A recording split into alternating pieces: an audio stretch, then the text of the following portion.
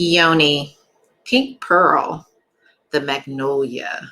How about the Holy Grail? Or my favorite, which is one of which I was taught when I was a little girl, the pocketbook. There are literally over 100 names, nicknames, monikers, whatever you want to call it, for the vajayjay, or what we can say in its normal sense, the vagina. And when things don't feel right down there, we don't feel right, ladies. And today I want to navigate some major points, three to be exact, how you can master midlife in the bedroom. All right.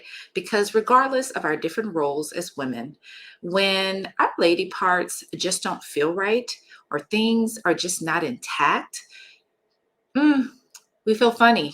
We feel off. Just like if we didn't have a good night's sleep, just like if our stomach is upset, just like we have a migraine, et cetera, et cetera. It's it's a link. And one of the tips has to do with something that I call the third brain. I'm Dr. LaReesa. I'm an integrative gynecologist and a menopause health expert. And you know what, women? I want you to get over the sea of overwhelm of the changes of life that perimenopause and beyond can bring you. And I want you to have a peace of mind about the solutions that can be intact and right for you. Because why? There's a new modern way. The traditional mainstream of medicine serves us well, but oftentimes is boxed or in container of more of a sick care model. And many times we want to make sure that we're leaning in and leveraging on one of those things that we cannot be about behind the eight ball about, that we can be more proactive and get more results and less reactive. And let's talk about when we think about our lady parts, it always brings up either the context of sex or intimacy, and they're not the same. But when you're going through many of the changes of perimenopause, some of the common symptoms that women can complain or know that, hey, I have a problem because I have urinary incontinence, vaginal dryness, more itchiness. And I remember uh, certain instances where I felt like it was a common thread of vaginal irritation in women who have had constant round cyclic bouts of it, and then always address antibiotic after antibiotic after antibiotic.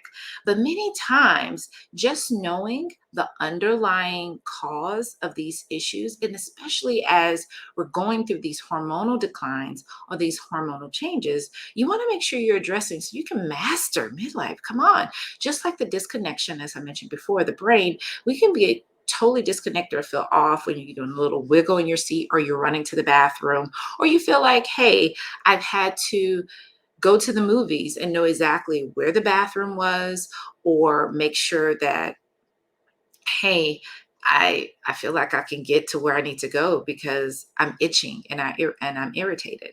And I will have to say, I'm one of those physicians that I go into retail stores, I take a look around and see all the new products there.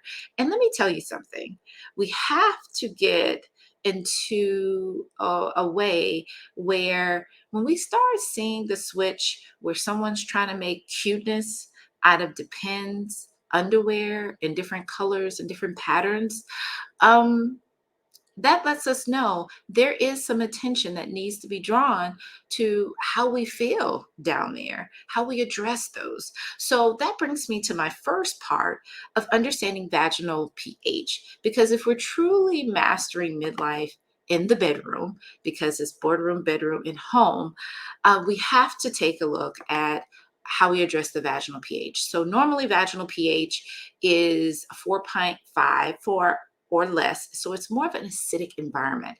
And I'm sure you've heard people talk about microbiome, bacteria, good bacteria, bad bacteria when it comes to the gut, but the same thing when it comes to the vagina.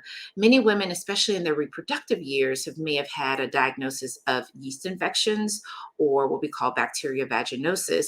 And all of those could be a component of changes in our vaginal pH.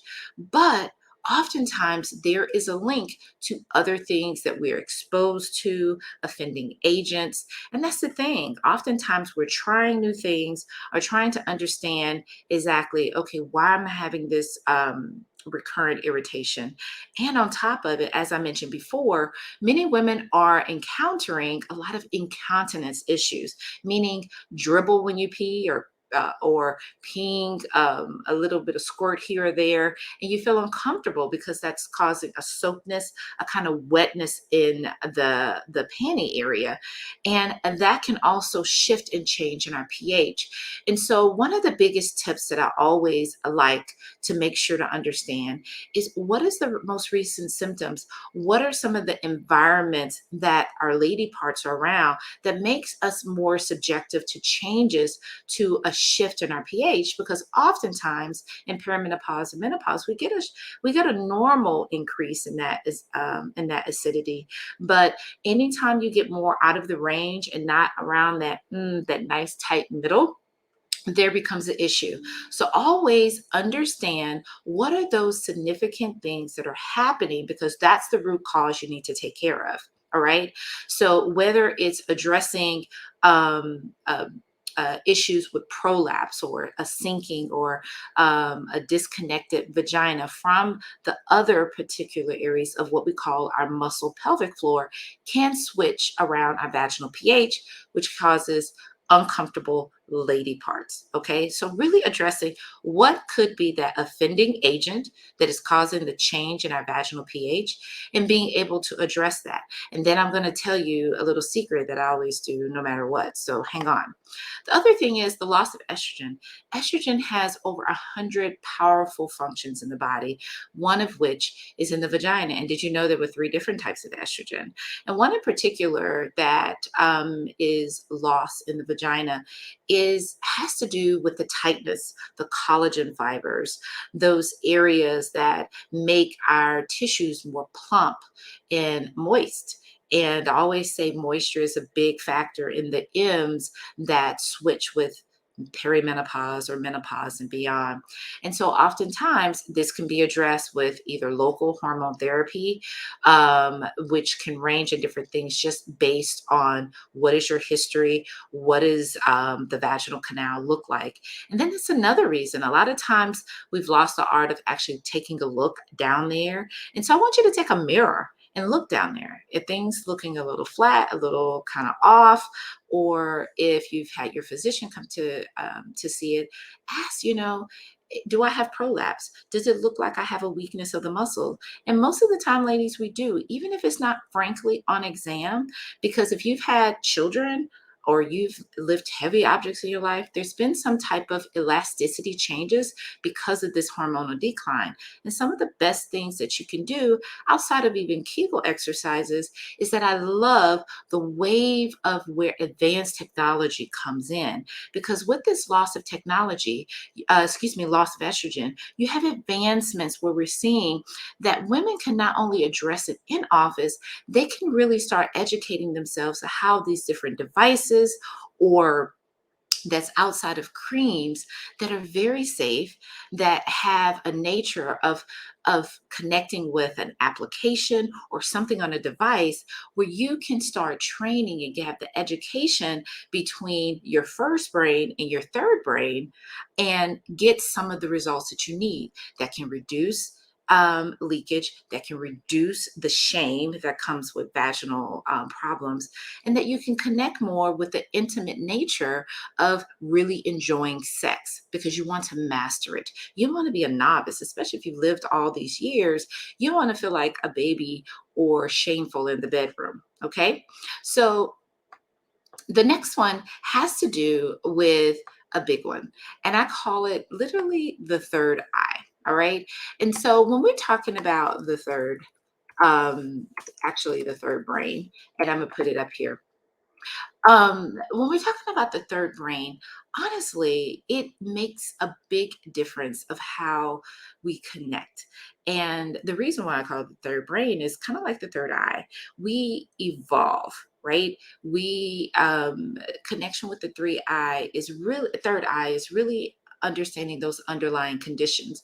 And what I found is even putting someone on a multi-strain probiotic, or a sense of having different strains of lactobacillus, which is one of the potent ones that help the vaginal area, you can understand some of these links of loss of hydration or high sugar environment, or women who have recurrent vaginal yeast infections that has to do with hormone dysregulation, or meaning hormone imbalances because of that disconnect of glucose and insulin and how they're managing.